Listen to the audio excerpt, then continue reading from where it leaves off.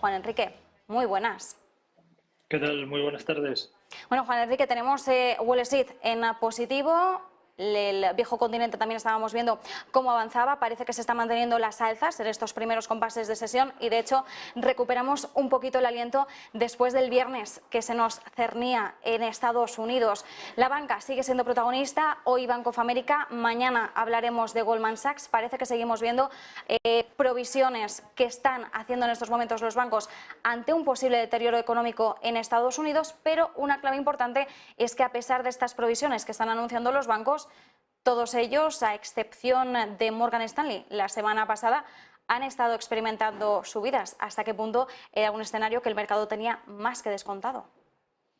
Bueno, en parte sí, también es verdad que la subida de tipos beneficia, ¿no?, a las entidades financieras de una u otra forma, ¿no? Es verdad que el escenario actual, ¿no?, la crisis económica actual hace mella en todos los sectores a nivel general, no, a lo mejor no en todos, pero sí en la gran mayoría, pero también en este caso al sector bancario. Lo único que se contrarresta un poco con esa subida de tipos. Al final, esto hace que la banca, las entidades financieras puedan tener más músculo, más herramientas, más armas en este caso, para poder trabajar, para poder ir a batallar al mercado, y en este sentido vamos viendo cómo esas subidas en el corto plazo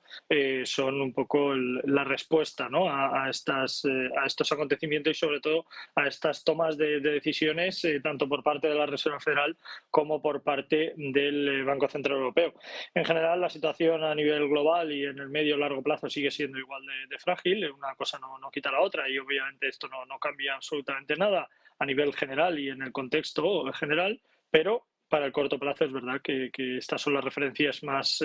importantes y a las que se aferran ahora mismo las entidades financieras principales.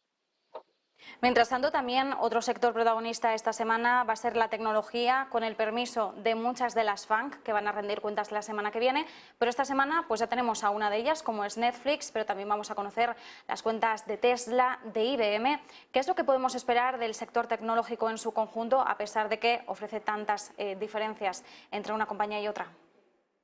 Yo creo que un poco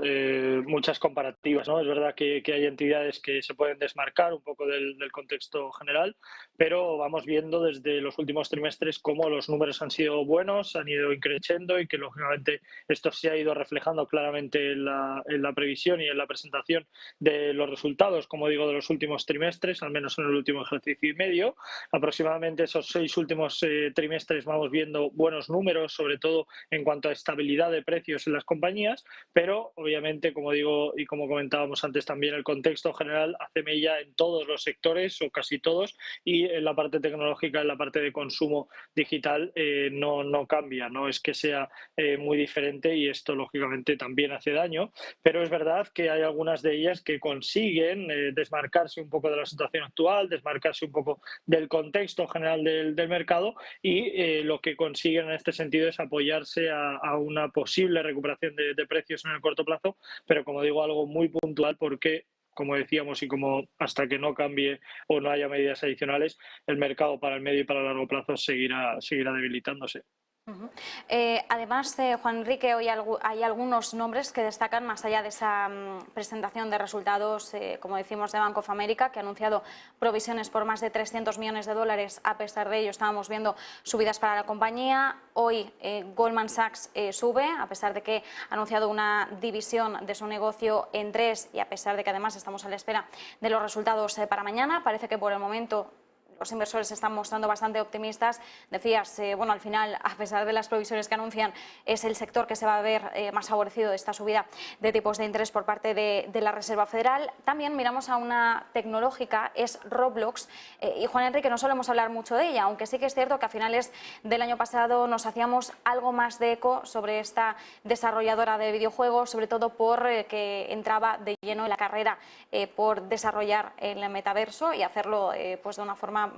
más ágil, quizás que otras gigantes, como es el caso de Meta. Vemos cómo esta compañía se está disparando en bolsa. En el pre-market veíamos subidas que se acercaban al 20%, ahora se estaba moviendo en una horquilla de en torno al 14-15%,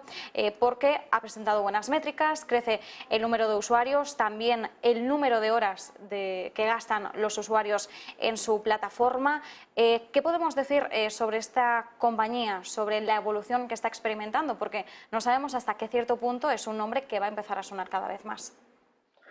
Totalmente de acuerdo. Yo creo que con el paso del tiempo, el paso de los trimestres, el paso de los meses, vamos viendo y vamos a ir viendo poco a poco como Roblox, al igual que otras compañías, como también el caso de Meta, van a ir teniendo cada vez mayor protagonismo, lógicamente porque cada vez se irá desarrollando más, tanto a nivel comercial como a nivel financiero y también como a nivel estructural,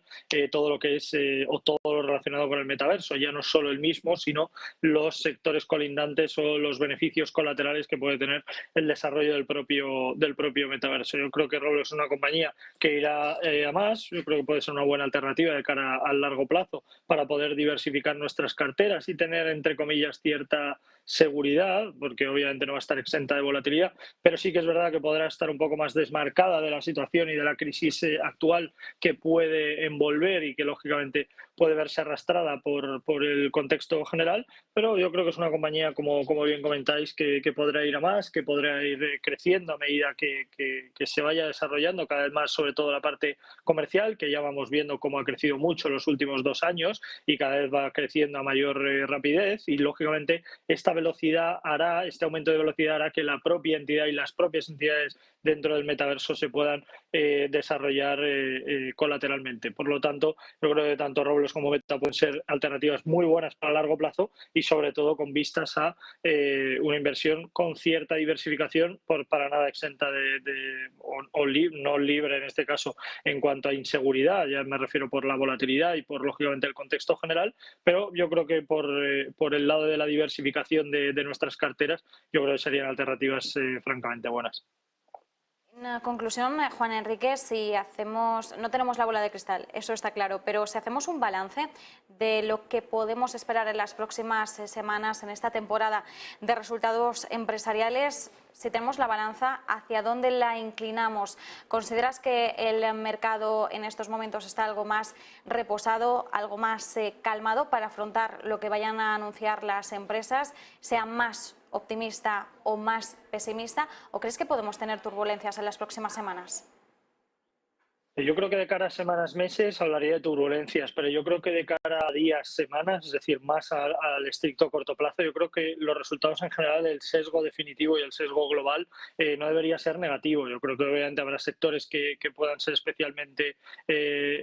castigados por la situación actual, ese aumento de deuda por parte de algunos países concretos, y que lógicamente eso haga que muchos países retrocedan, ¿no? O cambien la iniciativa en cuanto a las inversiones que tienen, al menos en el corto plazo. Pero, como digo, yo creo que para medio plazo, de cara a semanas, meses, podremos hablar de turbulencias, pero yo creo que más a días y semanas, más al corto plazo, podremos hablar de números interesantes. Yo creo que los resultados podrán ser buenos y, como bien comentabais, yo creo que hay entidades financieras que lo están haciendo muy bien, están reafirmando y sobre todo reestructurando muy bien su forma de actuar, su hoja de ruta, debido a que hay entidades financieras que están teniendo problemas y que lógicamente están reflejando debilidad en el corto plazo, y lo que hacen otras entidades lógicamente es poner el buffering, poner ese acumulado de capital por seguridad, y esto lo que aumenta es la confianza por parte del inversor y por parte del consumidor de la misma. Yo creo que en este caso tanto inversores como accionistas, esto lo que les da es un plus de confianza hacia la entidad, y yo creo que esto puede hacer muy bien para el corto plazo de cara a reafirmarse y sobre todo de confirmar su estabilidad y su posicionamiento dentro del mismo. Por lo tanto, yo creo que habrá sectores que se puedan ver beneficiados de toda esta situación, y para el corto plazo la verdad que soy optimista. Esto no quiere decir que sea súper optimista y que vayamos a ver unos resultados súper excepcionales y estratosféricos, para nada, pero yo creo que en general el sesgo podría ser positivo. Juan Enrique Cadiñanos, analista independiente, como siempre.